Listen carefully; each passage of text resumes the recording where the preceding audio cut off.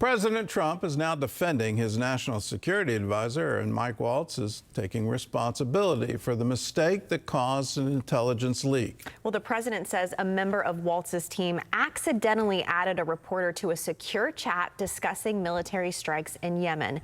George Thomas reports. President Trump says he accepts his staff's explanation of how Jeffrey Goldberg, the Atlantic's editor-in-chief, joined the Signal chat group planning airstrikes against terrorists in Yemen. What it was, we believe, is somebody that was on the line with permission, somebody that was with Mike Waltz, worked for Mike Waltz at a lower level, had, I guess, Goldberg's number or called through the app.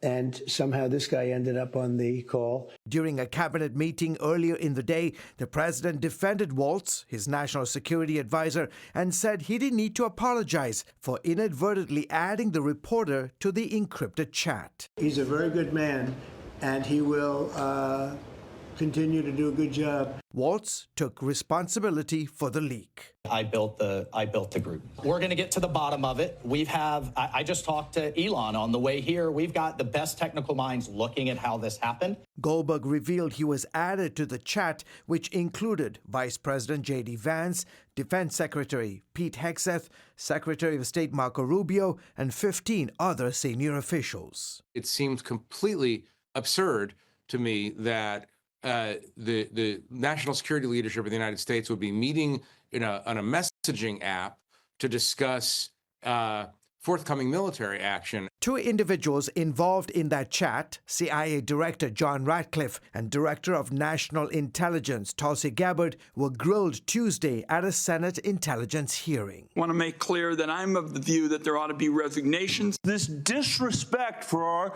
intelligence agencies and the personnel who work for him is entirely unacceptable. It's an embarrassment. The CIA director pushed back against the criticism. My communications, to be clear, in a Signal message group were entirely permissible and lawful and did not include classified information. There's a difference between inadvertent release versus careless and sloppy, malicious leaks of classified information. Goldberg said some of the information was so sensitive that his outlet decided it should not be published. Let's be clear, this was a discussion on an unclassified messaging app about weapons, targets, and timing of future attacks. That is fundamentally classified and should have never been discussed on an unclassified app. Why? Because that information can be used by our adversaries to kill U.S. service members or make their mission less effective. Full stop, bottom line. This incident raises concerns among national security experts about protocols and the proper channels for discussing sensitive topics, especially in the digital age. George Thomas, CBN News. Well, the reporter involved, Jeff Goldberg, has now released the text. He initially said, well, I think this is confidential or these are intelligence matters, and I shouldn't. But after the testimony where they were saying, well, it's not classified, he says, well, if that's what you're saying, I'll release the text. In it, it talks about weapon systems. It talks about launch times and specific launch platforms.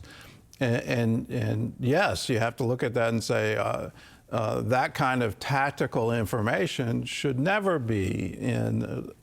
I don't care what you call it. If Signal has end-to-end encryption and you want to defend it saying, well, it's got that, well, any of the ends could be hacked. And in that hack, could that sensitive information be disclosed to one of our enemies? And the answer is clear, yes, it can. It's curious that the Department of Defense put out a warning about using Signal, but in that warning, apparently it didn't get to the people involved in this chat. From my view, the fact that the Department of Defense, with hundreds of millions of dollars and billions of dollars at their disposal, can't make their own chat service that would be absolutely secure. They would have everyone involved in it vetted. It just boggles the mind that they would go to a private company app to have this kind of conversation.